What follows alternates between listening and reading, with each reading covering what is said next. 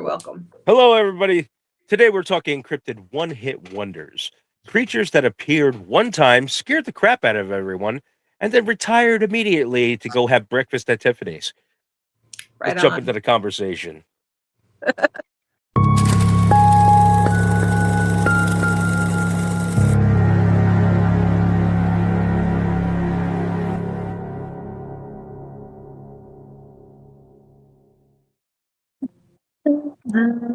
Hello, everybody. I'm your host, Blue. Don't get us copyright stricken. Anyway, I'm your host, Blue. With me today, as always, the bringer of chaos, Michelle, and the Celtic queen herself, Kate. Now, Cryptid One Hit Wonders. Should have had a Tiffany on this group. Right? I actually know a Tiffany. Creatures that showed up one time in history and then disappeared forever. I'm going to start this one off. Good call. I found this one to be very interesting because it only lasted for like a 3-year span. And the fact that we all wanted to do this one. And was never found. Yeah, definitely. You two were gonna fight about it, and then I'm over here like I'm gonna do Bat Squatch, and then it's like, oh shit, Bat Squatch showed up more than once. Michelle and I both were fighting over this one. Look, I let you win because obviously I came out on top. Yeah, you did. No comment. Anyway, the Beast of Gévaudan. Gévaudan. For those who don't know, Gévaudan is a province of France. It was a mysterious creature that terrorized southern and central France between 1764 and 1767. During that time, this beast racked up an incredible kill record. It unalived over 100 people and injured hundreds more. I will say, though, I read some kind of other pieces about this where the kill count was highly over-exaggerated because some people use the opportunity to... Wait, I'm going to get to that in a minute. Okay. Don't overstep it. Don't jump to that too fast. I'm going to get to that in a minute. Nope. Hi, cat. Okay. This creature, the Beast of Gévaudan, was described as a massive wolf-like animal, and it targeted mostly women and children, prompting King Louis the 15th, I think it is. Okay, XP, what's the that's 15? XP, that's 15. 15th, right? King Louis if the 15th. It's XP, it's 15. I'm forgetting my... Hi, I remember numerals. them. I forget my Roman numerals sometimes. Give me a break. It's okay. I got you. It prompted him to send troops to hunt down the creature. All attempts by his troops failed. The attacks then ceased after a farmer, Jean Chastel, allegedly killed a large creature in June of 1767. Allegedly. Sparking centuries of theories about the creature's identity. Now, this 3-year period had people in intense terror. Evidently.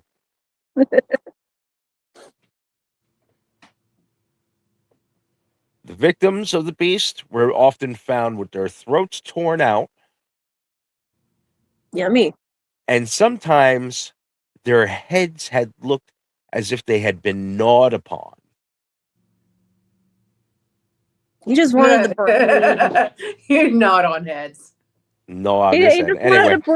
He just wanted the brains. He was zombie. He was part zombie. Damn it.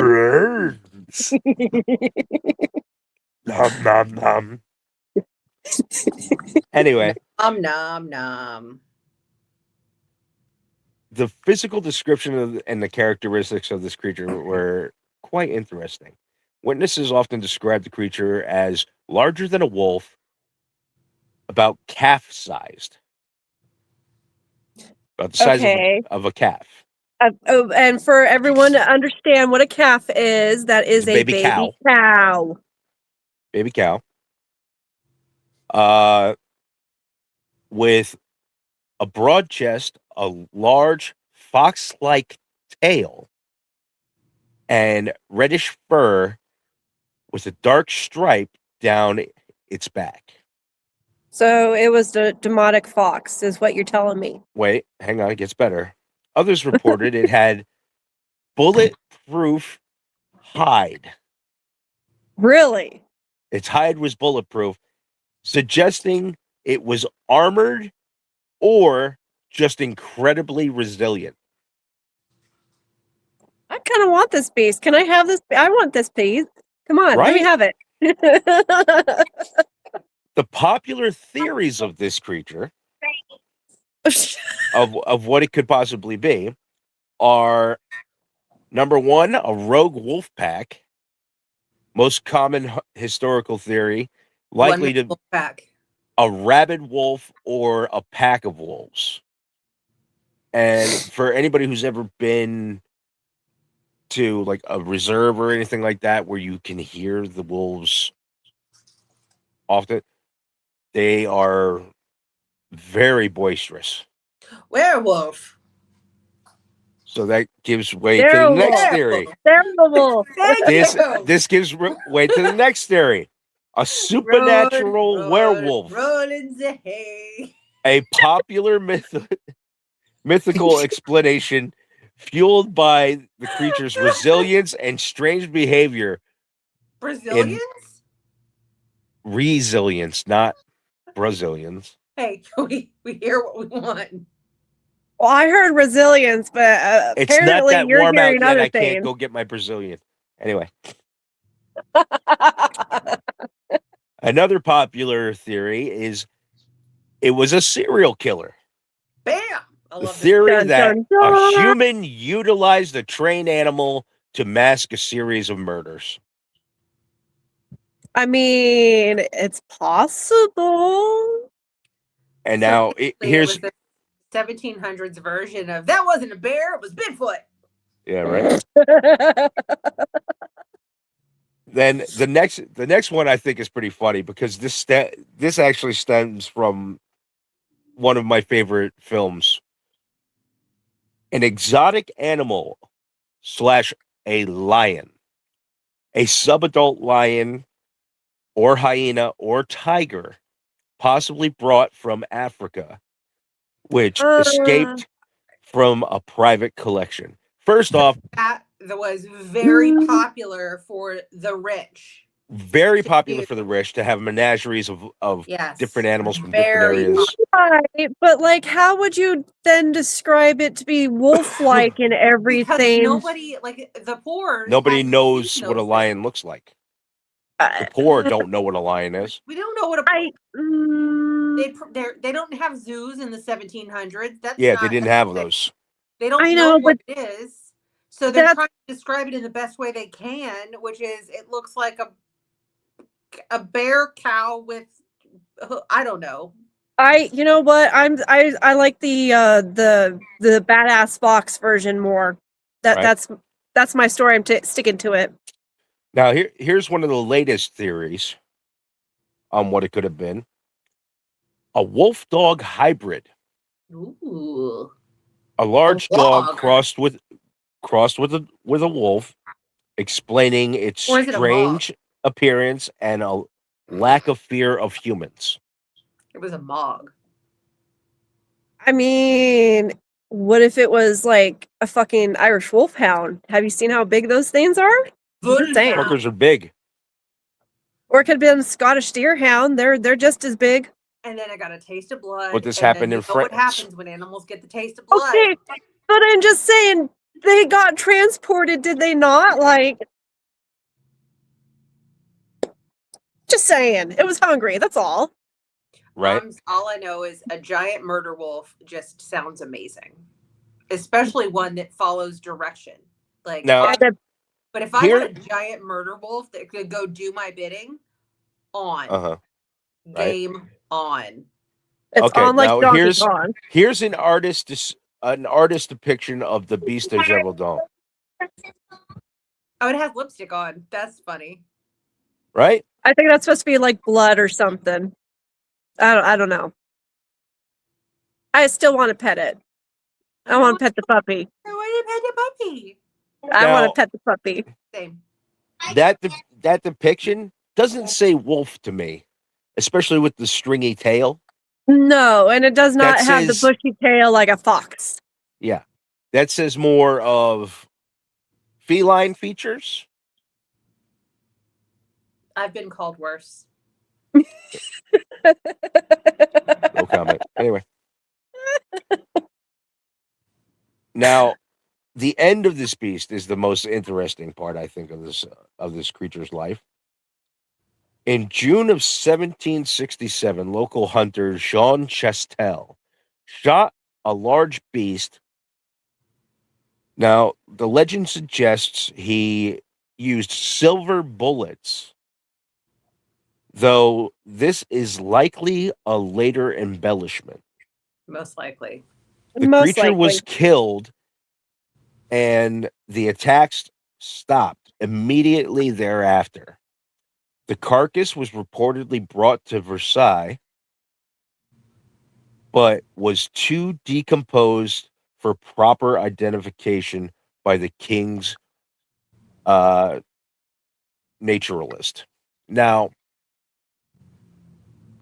here's my theory. There's no way he used silver bullets because we all know silver to be a very malleable metal. Oh, very. Especially back in that day. Yeah. Because you got to also think about it. They were dealing with silver that was way different than the silver we wear today. Impure. The impurities, the smelting process, combined with making it into a cartridge for, a top for the cartridge, what would not work. Okay. Those bullets would be going like this. Bing. I have a different theory. They'd be going all over the place. There's no way to be accurate with a silver bullet.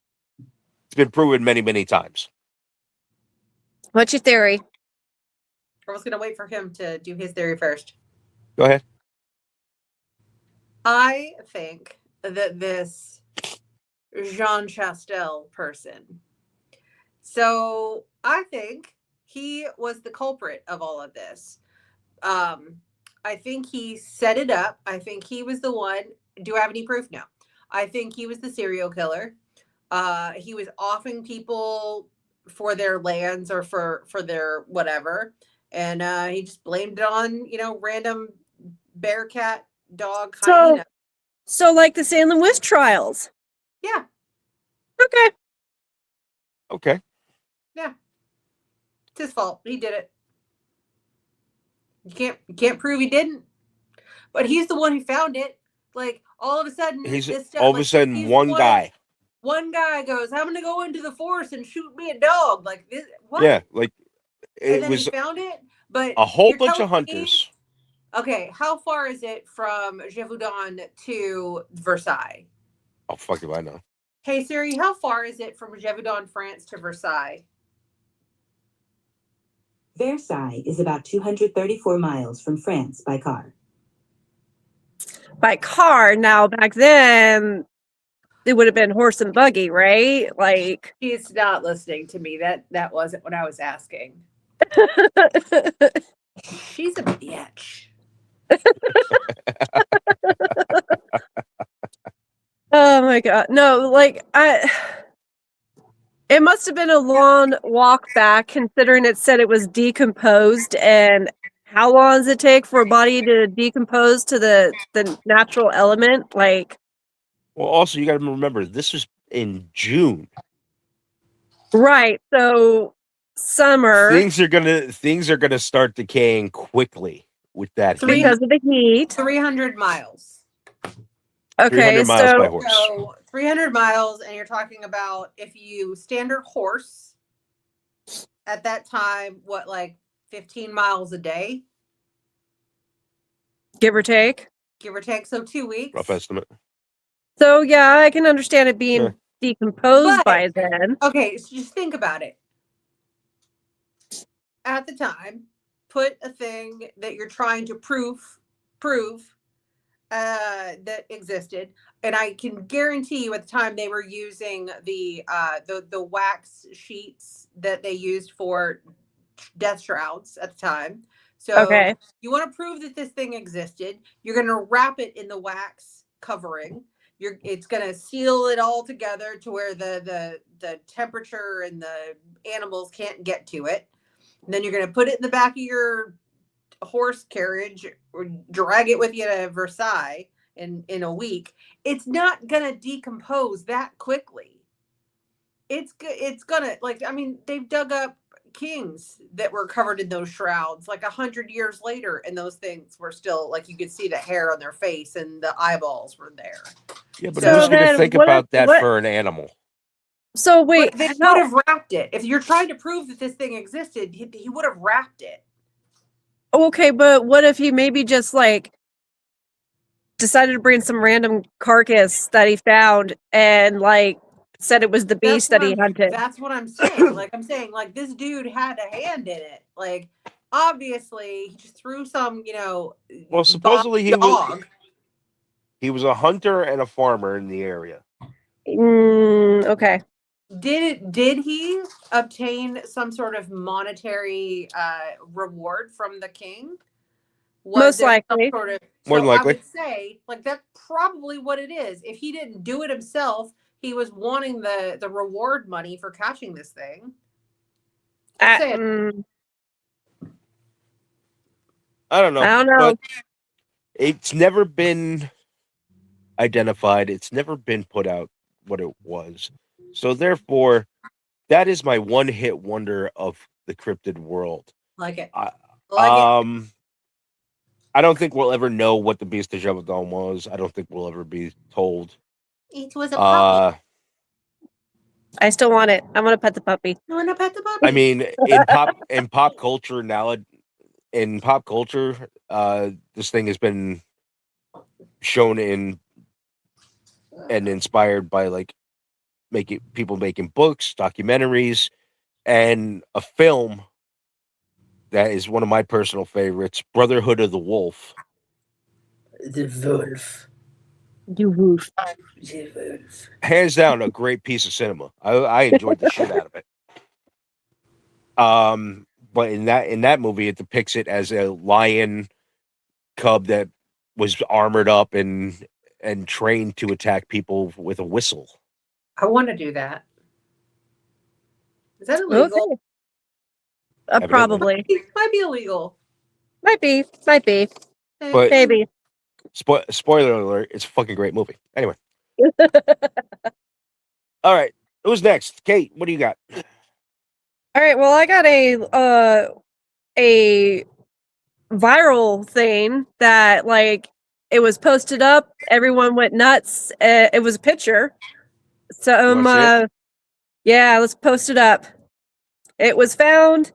It was a hairless, bloated, unidentified creature that washed up on the shores of Ditch Plain Beach in Montauk, New York. Montauk. On Montauk, okay.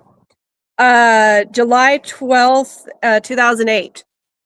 And it, like I said, it went viral, and then one of the friends removed it, and then it was just like no one talked about it no more. Well, they were told to remove it. Or they were told, exactly. So there's like 3 different theories. Well, I should say 2 different theories, and then what the scientists decide to claim it as, because scientists have to have a say in it. They always have to have a say in everything. Right on. Fucking So assholes. the first theory is it's a mutant sea turtle. Mm, totally legit. That looked totally like a sea turtle to me. That didn't look like a sea turtle at all. Where's its shell? I'm the shell. So then the next one, it was a government experiment because apparently there is a animal disease center that's not far from where it was found. So it was If anything, an it's something with mange. Right, like so. Okay, and then the scientists turn around and say, "Oh, it's a heavily decomposed waterlogged raccoon or a sea turtle without a shell." Okay, the sea turtle without a shell is bullshit. Number one, I'm going to say that. I agree with it because I'm looking at it. If you actually look at that photo, it's got little hands. Yeah, exactly. It looks like a bloated, decomposing raccoon to me. Well, but then that was the thing I was kind of not sure about because it's like if it was a raccoon, what's up with the beak-like mouth? Well, its nose has come off. Apparently, that's the jawline that's been so decomposed, and it's like I kind of see it, but like at the same time, like I'm gonna throw the spec up. We're gonna look at this thing. Yeah. So definitely. This is the Montauk monster from New York that had its debut, and then that was it. So no one really knows for sure what the hell this creature is.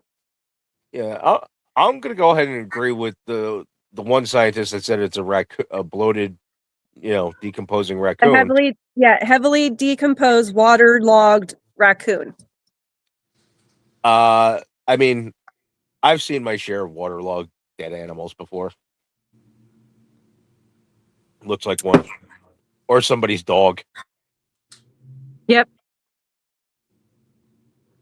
Someone did a depiction of a raccoon carcass over the Montauk. Oh, hey, yeah. I can see it. I can see it.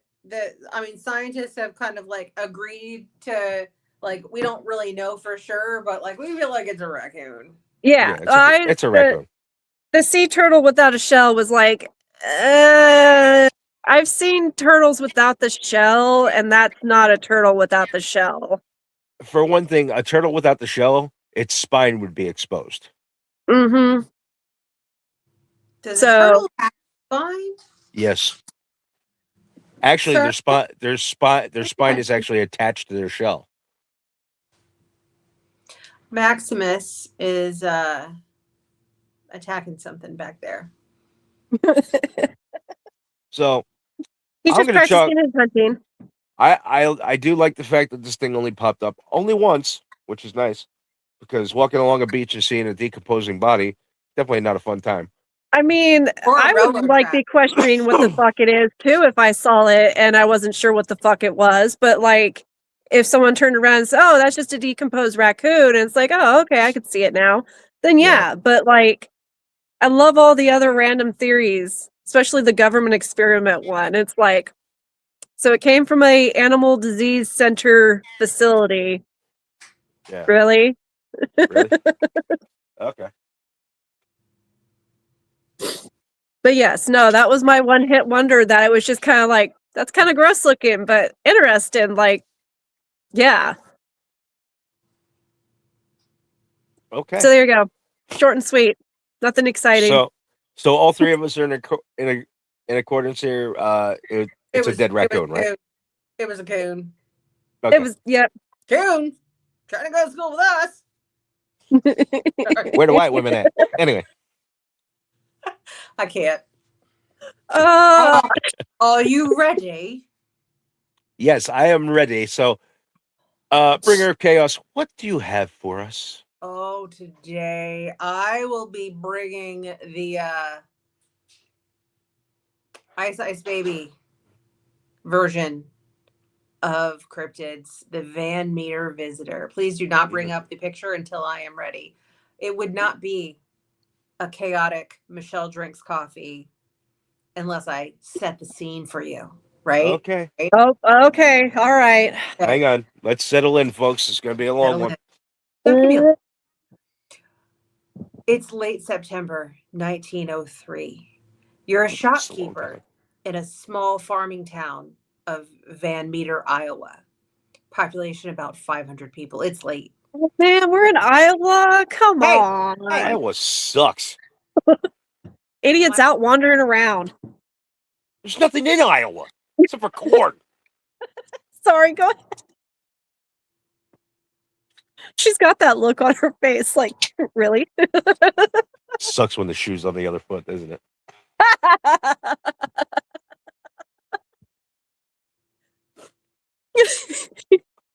Go ahead. My boy lives in Iowa, so I'm gonna need you to back that shit off. Anyway,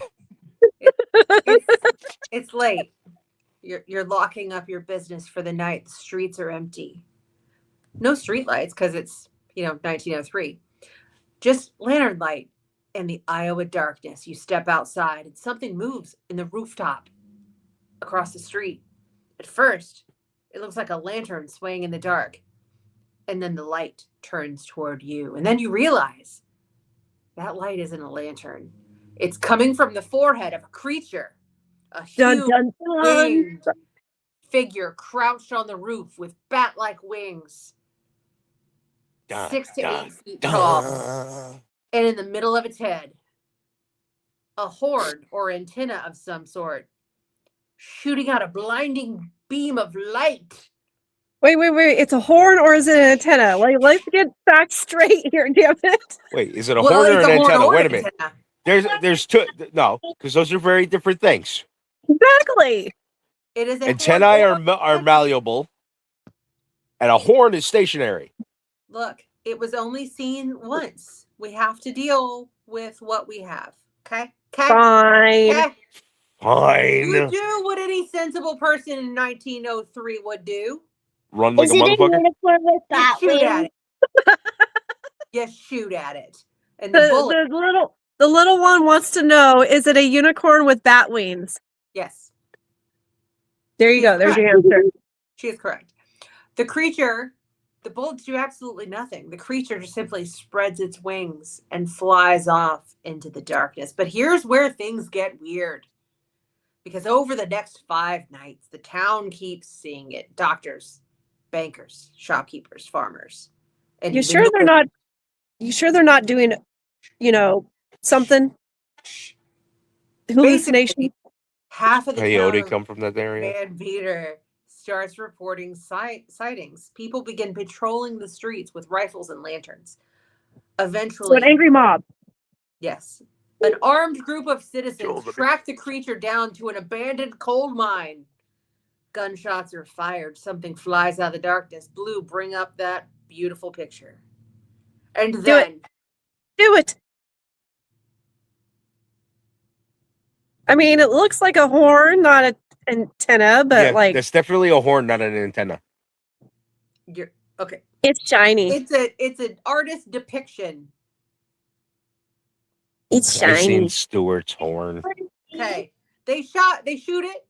Nothing happens. It's flies off into the darkness, and just as suddenly as it appeared, the Van Meter visitor disappears, never to be seen again. Dun dun dun. Dun, dun, dun. Okay, so let me give you what the witnesses describe. 6 to 8 feet tall, large enough to perch on rooftops and telephone poles, humanoid torso, sometimes reported as standing upright with wings, of course. Had wide enough that witnesses say that it blocked the moonlight when it flew. Skin was described as both smooth and gray and leathery and feathery. Witnesses described the horn. Several people thought it was malleable, but it was definitely a lit horn of some sort. It glowed in the dark. What's the word I'm looking for? Glowed in the dark. Glowed in the dark. Glowed. Say it right. The creature was also reported to glide silently, and it also shrieked and screeched as it flew. 100% unaffected by gunfire. Some reports suggested there may have been more than one creature, especially when the townspeople reached the mine, possibly or was it a nest? The story became widely known, and it was reported in the Des Moines Daily News at the time. So, what the hell was that thing? The fat I think electrician. they were. I The think fat that there electrician? was there was dangerous gas leaking from that mine, and they all started hallucinating this creature. Okay. Just So saying. I have three things. Okay, so we're gonna go with Okay. the large owl, sandhill crane. You know, the Mothman kind of thing. And now Sorry, back to folks. our Technical regularly scheduled. Yeah. technical difficulties here. Okay, where were you at? I'm sorry. The second option is mass panic slash what's the word when Psychosis. no, when you just want to feel like you belong. So like someone goes, oh, I saw this thing and it was flying up here, did you see it? And you're like, oh, Attention totally. seeker. Yeah, I totally saw the same thing that you did because I don't want to feel left out. It's the FOMO. Yeah. Oh, okay. Okay. FOMO. Darkness, rumors, fear, lots of people convincing themselves that they saw the same thing, and no one wanted to back out of it after they said it, right? Mm-hmm. So when the papers started printing it, they're like, "Oh yeah, totally, we all saw that thing," like, you know, winking at everybody behind. Totally. Yeah. And then my final theory, which is my favorite of the three theories. Ergot contamination. We all know what happens when communities get high on the ergot. You get the Salem witch trials and, you know, possible. Okay, so it's the early 1900s. We're talking about not great refrigeration. We're not talking about like smart in the way of like knowing how to safely store and maintain any food. Yep. Yeah. So the main theory is some sort of ergot fungus that grows on rye or grain. That was you're talking about corn, okay? It's corn. And there's plenty of that out there. So one of the two of the three major ergot reactions is hallucinations and visual distortions. So could they have seen an owl or a vulture or something, and then their brain distorted it into something that it totally wasn't? Probably. Good. I'm going to say it was a Jabberwocky. It was a Jabberwocky. I mean, the fact that you can, be looking off into the black void of nothingness and think you saw something when really it wasn't there. It could have just been the owl right at the right moment where this lantern was at and made it look like it was some horn that was on it. Like, I don't know. I'm kind of going with the whole hallucination thing. The black void of nothingness. I feel that. Like, I feel that every day. So if contaminated grain was circulating, the whole idea, it just kind of like, yeah.